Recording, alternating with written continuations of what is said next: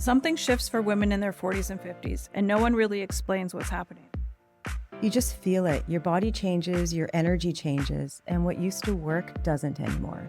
And instead of understanding it, most women start questioning themselves. When the truth is, this isn't you failing, this is your biology shifting. I'm Sara Stalker. I'm a therapist and coach. I work with the emotional side of this, identity, relationships, and how women experience these changes. And I'm Ara Wiseman. I'm a registered nutritionist, and I work with the body, hormones, metabolism, nutrition, and understanding what's really driving how women feel, so we can support it in a way that works. And what we've seen over and over again is that you can't separate the two. Welcome to the art of aging well. Real understanding, inside and out. Content shared on this podcast is for educational purposes and does not replace professional medical or mental health advice. Please consult with a licensed professional regarding your specific health needs. Most women don't realize that they're in perimenopause. They just feel like something is off, right? And their body is changing, their energy is different, and what used to work doesn't anymore. And instead of understanding what's happening, they start questioning themselves, of course, right? That's what we do. Am I doing something wrong? Why can't I keep up? Why do I feel like this? And the truth is, this isn't you failing. This is your biology shifting. So, I mean, I know that like even with myself going through menopause and everything, you know, something just feels off, right? Your energy is different. What work doesn't, you know, that could be perimenopause or menopause. You know, again, your biology is shifting. And the thing is, though, that if you enter the phase of menopause or even perimenopause depleted already, you know, where you've got a little bit of adrenal fatigue or your adrenals are tired, like to me, the adrenal glands are our shock absorbers. So you're going to feel every single symptom. It's even more magnified. And I just think that like if your nervous system is taxed, your adrenal glands are exhausted, you have a low reserve, you're going to have worse symptoms going into things for sure. You know, it's not just hormones, but it's your capacity to handle change because things are changing, right? Yeah. So.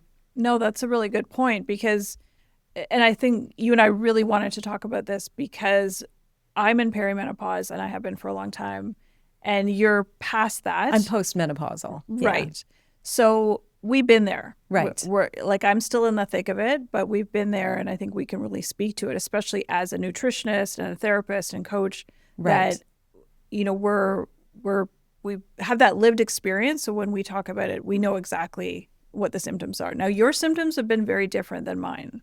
Yeah. So for me, like, so for me, what's happened is that like I've never had a hot flash. You know, I never had that. I didn't go into menopause exhausted. You know, I still had some reserves. I've had exhaustion throughout my life.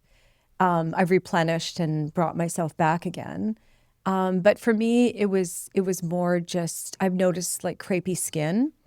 And I was like, what is going on? I noticed a bit of that. 60 is different though than 50. Like I didn't feel any different at 50. Like, you know, I ended up, my mother went into menopause at 50. I went into menopause at 50. Like all of a sudden I just woke up one day and no more cycle. Wow. It was just done. No hot flash, nothing. But I did notice some differences with my hormones declining and we'll get into that. Okay. How about for you? My story is very different. So when you see the list of symptoms of perimenopause, it's like check for me. Okay. And that list is long. Right. Actually, there were a lot of things, and this is also why I really wanted to do this episode, because there's so many things that I did not realize were symptoms, like itchy skin and itchy ears. Like who would have thought? Yeah, that's estrogen.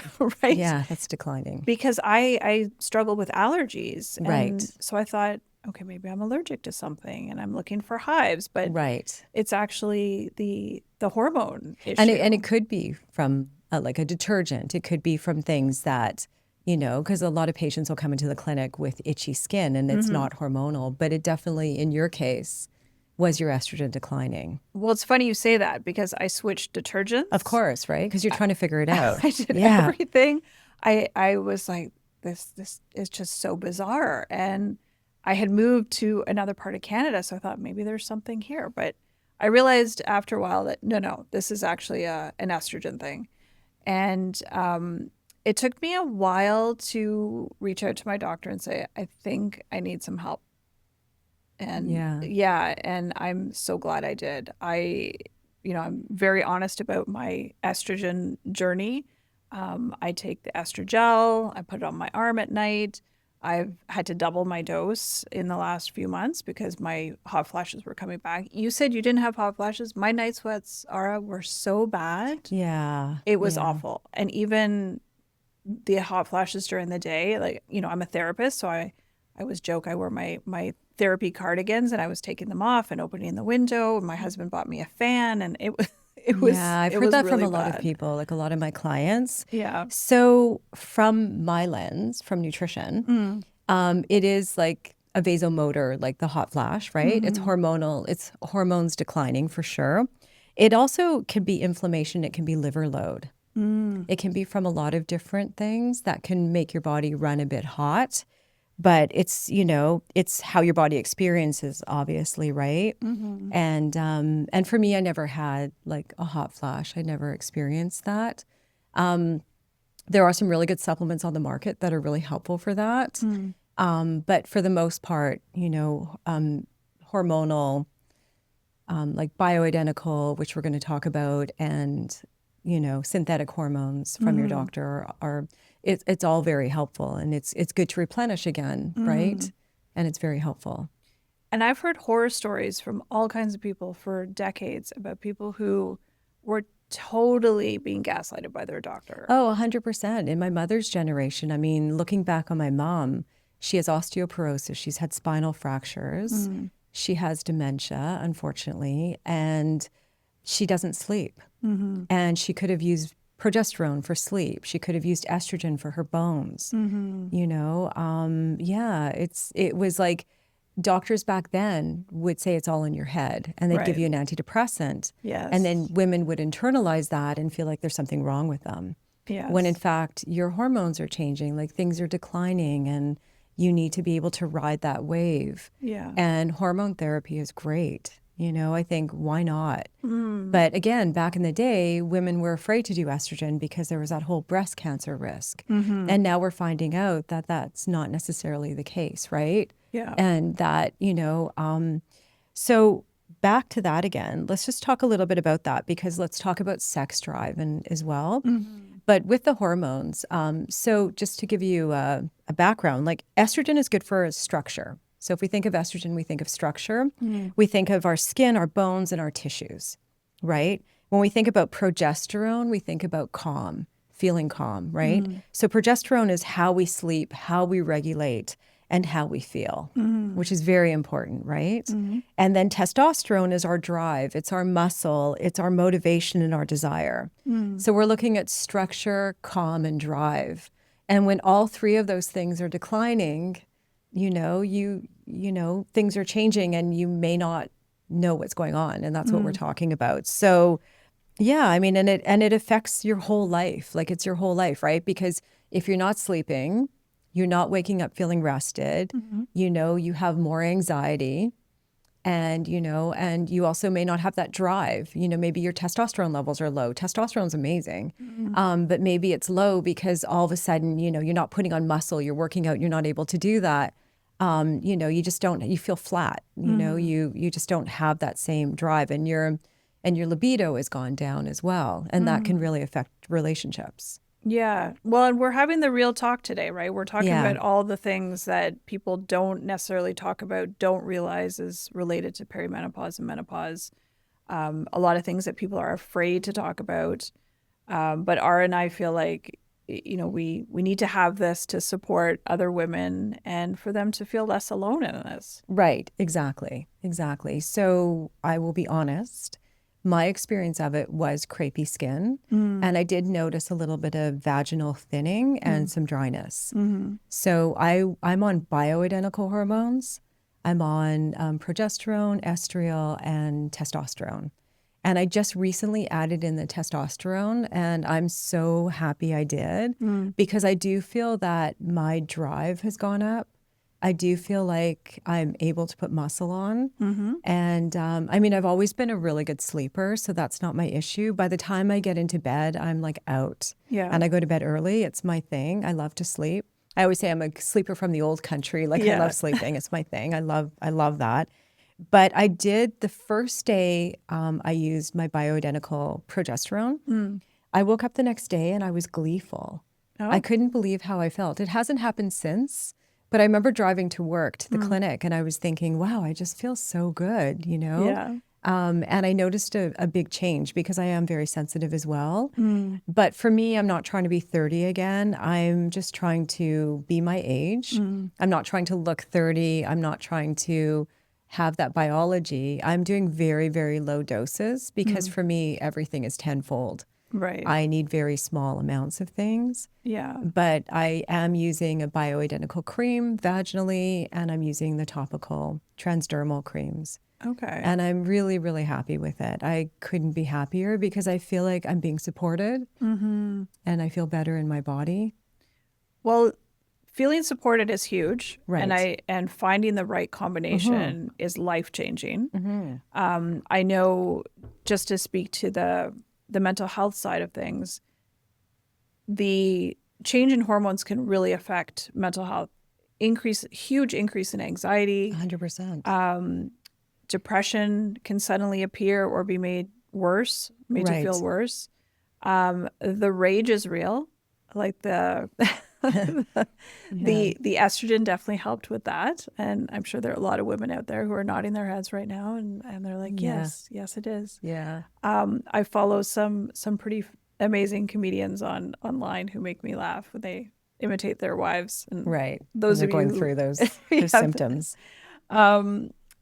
So SSRIs might be the answer for some people, depending on their brain chemistry. But if I was a doctor, if I were a doctor, I wouldn't necessarily say that would be my first suggestion. I would say, like, try some hormone therapy, try the HRT, increase your exercise, try to get more sleep, do the nutrition side of things, because that does make a difference. It makes a huge difference. And if that still, and this is my personal opinion, if that still doesn't work, then yes, absolutely. If you need an SSRI and that's going to give you a better quality of life, then that's what you need, right? Oh, for sure. But to tell people in the past that it's all in your head and here's an antidepressant, right, and not taking into account that, I mean, a woman's hormones are changing dramatically, right?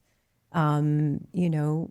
Isn't going to make you feel empowered when you leave the doctor's office, right? Right. And that may not have been the right solution, but I agree with you. Like, medication is important if you need it. Yeah. 100%. But what were some of your symptoms, if you don't mind sharing? Yeah, no, I mean, the rage was one, the night sweats, the hot flashes, the itchy skin, the crepey skin as well.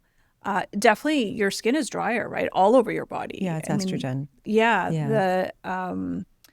And just the brain fog. I don't know if that happened to you, but not from that. No? No. Okay. No. Something that's really good for brain fog, by the way, just on a separate note, is alpha lipoic acid. Okay. It's a fat soluble. It likes fat. It likes water, but it actually is an antioxidant that really, really, I find, helps to clear away the brain fog. On a side note. Yeah, and creatine. Yeah, creatine is good too. It's good for your brain, and a lot more women are using it now because it's becoming so popular on social media. But 100%, especially because we both have family that has dementia. Yes. So, so we're both very mindful of that. Yeah. For sure. Yeah. Brain health is huge. It's a blessing to I used to always say, like, it's a blessing to wake up in the morning and being able to dress yourself. Yes. And having the ability to do that, because not everyone can, right? Yeah. So we need to look at those things and be really grateful for that. So just to talk a little bit about the difference between HRT and bioidentical. So HRT is more standardized, it's synthetic, it's not identical. Bioidentical is more structurally the same, and it's more individualized. Again, whatever is helping is good. I found for myself personally that just the way that I am, that bioidentical really works for me. And I can really do low doses of things because I need like the smallest dose possible to get an effect because I don't want to, again, I'm just trying to be the best version of myself. Yeah. You know? Well, I tried progesterone. I only took it once. It made me feel really sick. I know a lot of people, it helps with sleep. And if you have a uterus, my understanding is that if you're taking estrogen, You need have to take progesterone because the Yes. uterine lining can become thick. Right. So if you are taking bioidentical hormones, it is good to get an ultrasound and to check the uterine lining just to make sure that it isn't getting thicker, 100%. Yeah, because That's an that happened important to thing. my mom. She ended up with uterine cancer. And that is a risk for It sure. is a risk for sure. You need the progesterone for Yeah. sure if you have a uterus. But then there are so many benefits to hormone replacement therapy, whether it's bioidentical or HRT. is heart health. 100% because estrogen, right? Again, Yeah. like, you know, it's good for bones, it's good for heart health. It's good for so many things. It's good for brain health, right? Yeah. It's really important, you know? Yeah. Again, it's structure, calm, and drive. And I think that's the best way to kind of address hormones and what they do in the body, right? And I think that another thing that I'm doing is DHEA. Okay. And I love DHEA because DHEA is a precursor hormone. I can't even speak. It helps with estrogen and testosterone. So DHEA helps with energy and mood and muscle and libido. It's part of the cascade. DHEA can decline with age. It also is affected by chronic stress because your body will prioritize cortisol over producing DHEA if you are going through a storm, like you're going through a very stressful event. And it can lead to some adrenal strain. So I really like having DHEA. I do it sublingually. It's a liquid. Okay. And I do that as well. I do take 5 days off every month of hormones just because I feel like my body needs that. Okay. That really works for me. Yeah. 5 days off of everything. Okay. And then I give my body a little bit of a rest from everything and then I go back on it. And it's kind of like my reset. And I just feel healthier doing that for myself personally. Well, you know your body. I know my right? body. Yeah. And I know what I need. The thing is, though, that it's not one size fits all, though. You know, an individual approach matters because, like you said, like you've had different symptoms than I've had. And I don't need the same amount or, you know, it's the same with my meal plans. Like everything is so individualized because everyone's unique and different. Right. So, but hormones really help. But hormones are not the only picture. It's not the whole picture because we need also to support our metabolism and our nervous system. And that's why I love B vitamins, like a really good B complex I find is really helpful for nervous system. We need to look at our nutrition. We need to look at our mental health, right? Yeah. We need to look at all of that. I think that's really, really important. And, you know, our body needs support all the time. Yeah. We need to be supporting ourselves and, again, replenishing, right? Yeah. No, the nutrition side, exercise for mood and anxiety. 100%, yeah. And for nervous system, right? You know, mindfulness. Right. I always encourage people to have a mindful practice, whether it's meditation or journaling, reading, just quiet time. Even Quiet a walk time. can be very meditative. Yeah, 100%. Right? Yeah. Because that's what we need. And we live in a world where we're always overstimulated. So add hormone disruption on Right. top of that. Yeah.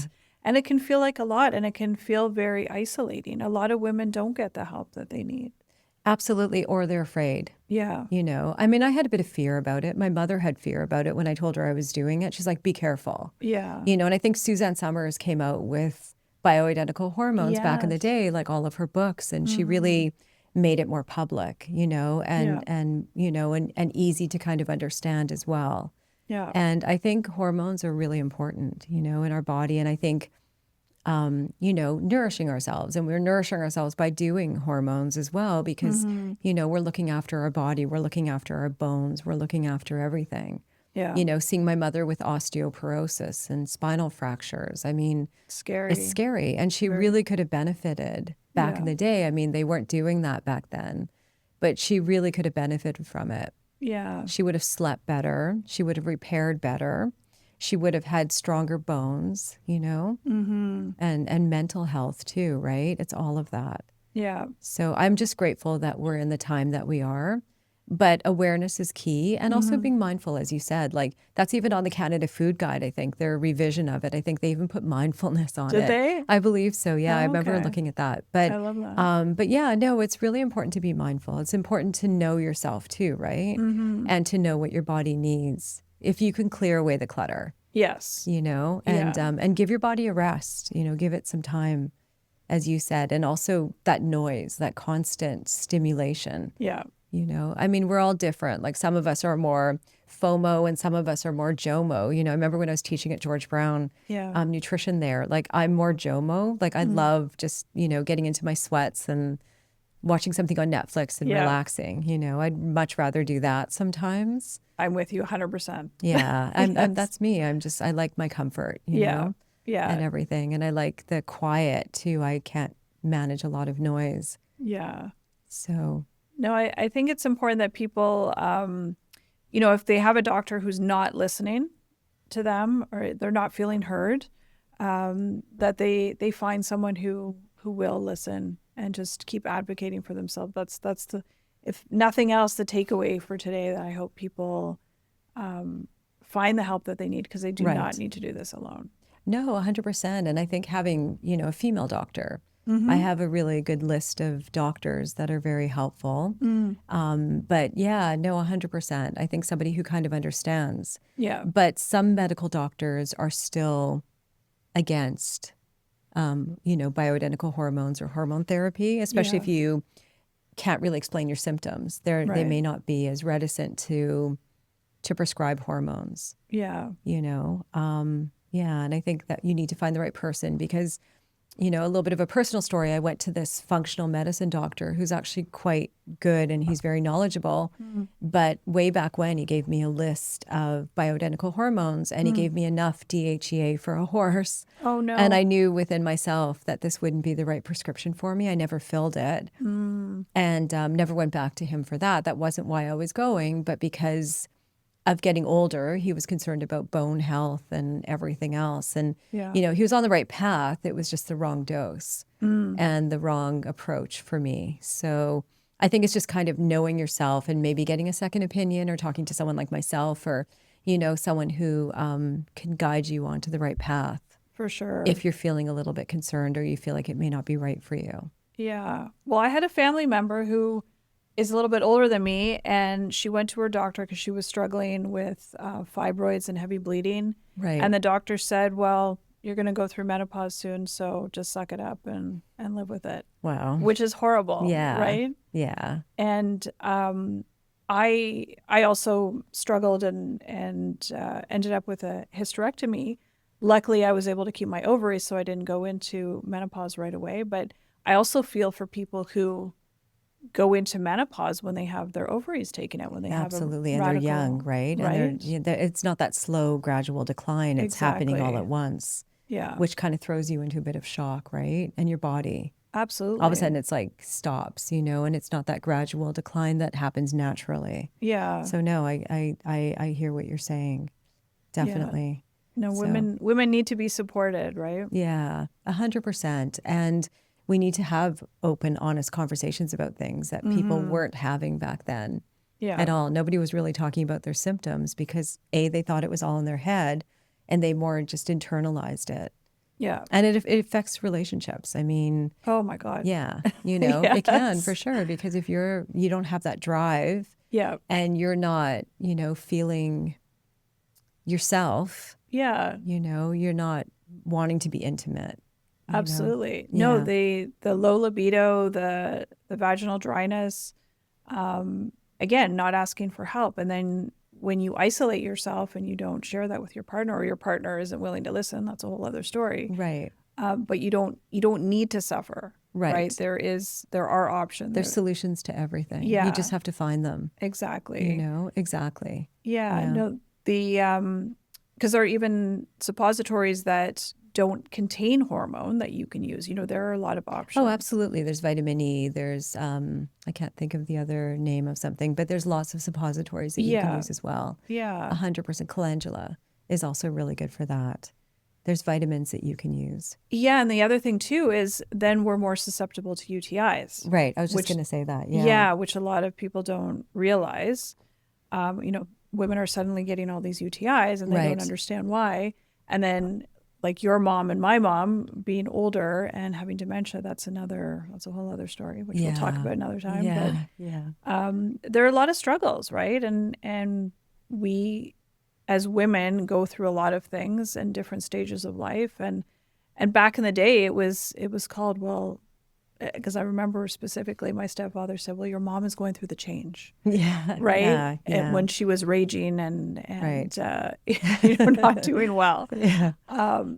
So now we can talk about it openly. There are a lot of celebrities talking about it. There's some great books out there. 100%. Right. It's become more mainstream, as it should, right? Yeah. Because it's a very real thing.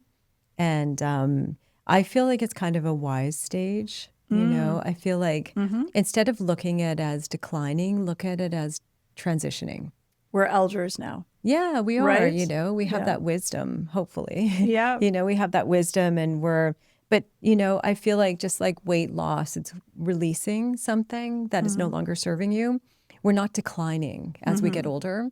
We're actually transitioning into another phase. And I think it's a positive way to kind of look at things.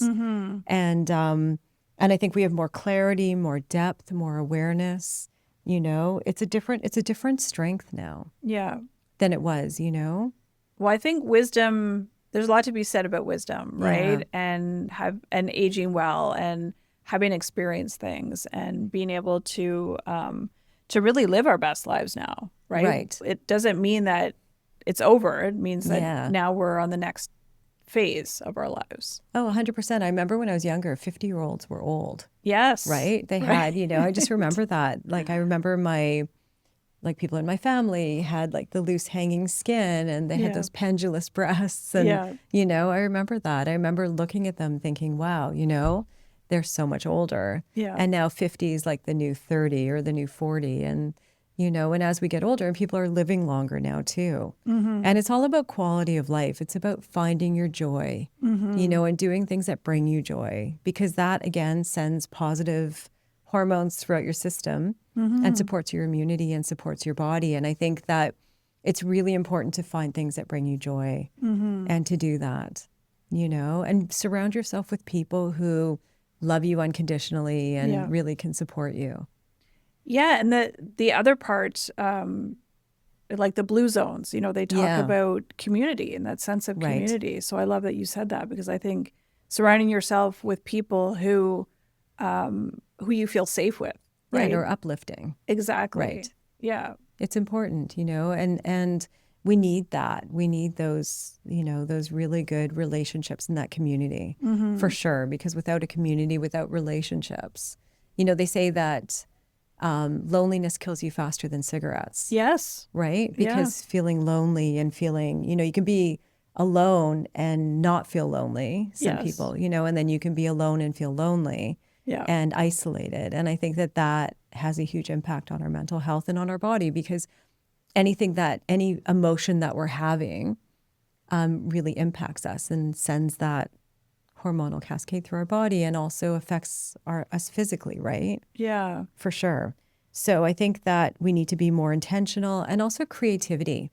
I used to think that hot flashes had to do with women not being creative in a way. And it was like that creative energy is just kind of coming out, you know, but I feel like we need to be creative in our lives too, whatever that is to you, you know, whether that's painting, gardening, writing a book, yes, you know, just using your creativity in a way, and then you're expressing yourself and also becoming your authentic self. I just had this conversation with a friend and we were talking about that. We need to be authentic in who we are. Set healthy boundaries. Set healthy boundaries. Right. That's a huge one as well. Yeah. But this is definitely our wise phase. And I think that, you know, it's about energy. It's about our mood, you know, having that more balanced mood and muscle, libido, because that's all part of, you know, life, right? And it's part of our hormonal resilience and, you know, and replenishing with hormonal, you know, with hormones like bioidentical hormones is a great way to do that, you know, so that you're still feeling supported, your body is still being supported. Yeah. And, you know, and again, nutrition and making sure that you're eating well for the phase that you're in. Yeah. Well, I know you and I even on the drive over here, we were talking about strength training and wearing a weighted vest when you walk, and Right. you know, all these things that are trending, but I think it for a good thing. They're not, Right. you know, it's not a weird TikTok phase. It's actually a Yeah. positive one, because the weight bearing exercise is crucial for For your bone bone health. health. Absolutely. And then having the weighted vest for those, I can't personally wear one because of my injuries, but if I could, I would in a heartbeat, because I think Right. it's brilliant to. Yeah, me too. I saw Right. that as well. And I thought that's a great idea, Yeah. you know, wearing a weighted vest for sure. Yeah. So, you know, getting your exercise, doing your strength training, and then your cardio and whatever, you know, the guidance of your doctor, Yeah. making sure you're looking after your heart health, which, going back to the estrogen for a second, which really is important, right? And I know that estrogen also can help prevent certain cancers. 100%. Right. Yeah, exactly. And I think it's, again, the joy word, but I think when it comes to exercise is not setting yourself up to win. You know, don't like say, okay, I'm going to exercise 5 times a week. Right. And then you do 3 times that week and you feel badly about it, right? Yeah. Because you feel like you haven't achieved what you thought you wanted to achieve. And so again, it's the same thing, right? We need to set ourselves up to win. So I think, you know, finding classes, finding something on YouTube, finding something that you really enjoy doing is what you need to focus on. And it may not be going to a gym. Yeah. It may not be going to classes. Like I like going to classes personally. Yeah. I really enjoy that. It's kind of my time, and I always get a smoothie afterwards. It's sort of my thing, and I'm very excited about that. It's part of my treat at the end of it, and I just really enjoy it. But, you know, whatever brings you joy and whatever you look forward to doing, and I book those times in my schedule. I go early, but I book it in my schedule and I go. Even if I'm tired, I'll go. That's your boundary, It's right? my boundary. Yeah. And I love I'll that. book things afterwards. I go very early, but then I book afterwards. But, you know, I used to work in gyms and a long, long time ago when I first started practicing. And I think gyms are great. I think they're amazing. But if that's not your thing, then you have to find something that is. Totally. Yeah, you've got to enjoy it. You can't look at it like, oh, I have to go to the gym, or, oh, I have to go to this class. And, you know, it has to be something that you really look forward to. And you're so happy at the end of it because you've done that. Yeah. Yeah, for Well, sure. as a fitness professional, I hated the gym. I actually went to the first CrossFit gym in Toronto many, many years ago, because I liked the vibe there, and I used to do martial arts, and that was my thing. So I always say that too. It doesn't have to be the gym, right? Yeah, whatever it is that you like. It doesn't Yeah. have to be Pilates. I love Pilates. Like Right. it just has to be something that I did notice during COVID though, because a lot of places were closed, obviously. I was doing a lot more yoga at home, and I started to notice like muscle loss.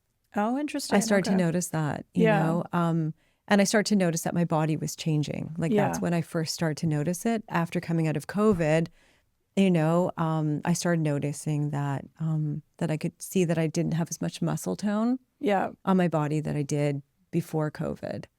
So You probably noticed it a lot in your glutes too, because I used to Yeah. have clients who all they ever did was yoga. And I Right. thought, okay, that's great, except Yeah. that's not really no, cross you need training. yeah, exactly, and you need weights. Yeah. And especially for women, a lot of women don't realize that your glutes are actually your biggest muscle. Right. And I would say they're kind of what hold you up. And if you want to prevent, or could help you prevent having issues with your hips in the future, Right. you know, to strengthen all the muscles in your glutes and your hips, and work on that as well as, you know, so not just focusing on losing weight or toning in one Right. area. It's, you have to focus on the muscles that are holding you up, basically. 100%. It's right? also core too. You Yeah. need to have a proper core, because as we do go through menopause, like there's something called a menopause. That's what a lot of my clients call it. Right. And so in order to,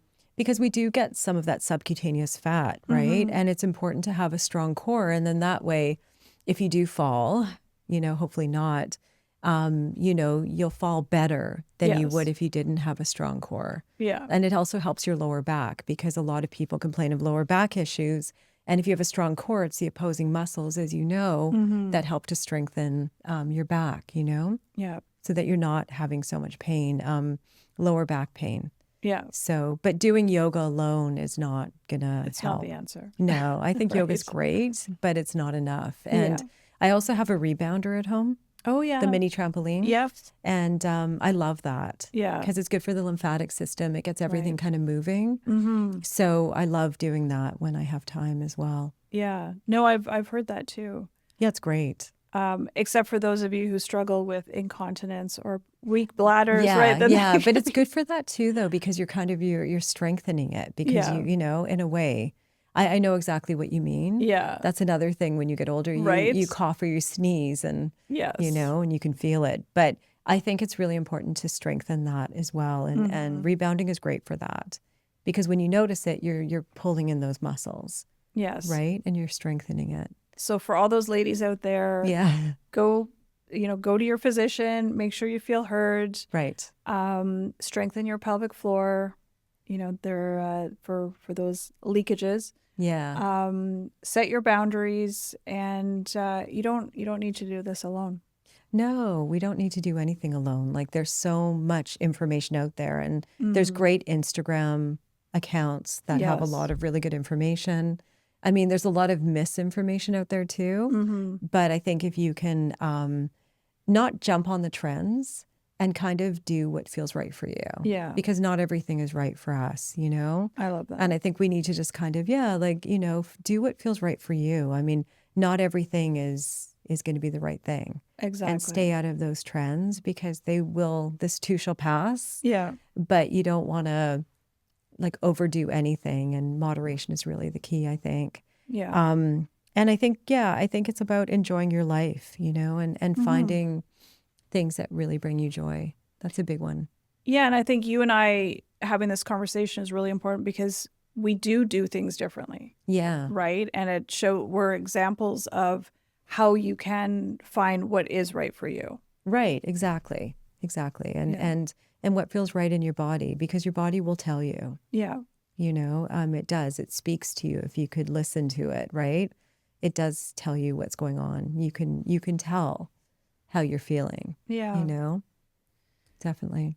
So, Ara, this was a good conversation again. I love these chats with you. Is there anything else you want to share with our audience? What about you? No, I think we touched on some things, and we have a lot more things to come, and I hope that our listeners come back. And I just want to thank everyone so much for being here for this episode of The Art of Aging Well. If this resonated with you, we'd love for you to share it with someone who might need this conversation, and we can't wait to have you back. Thank you.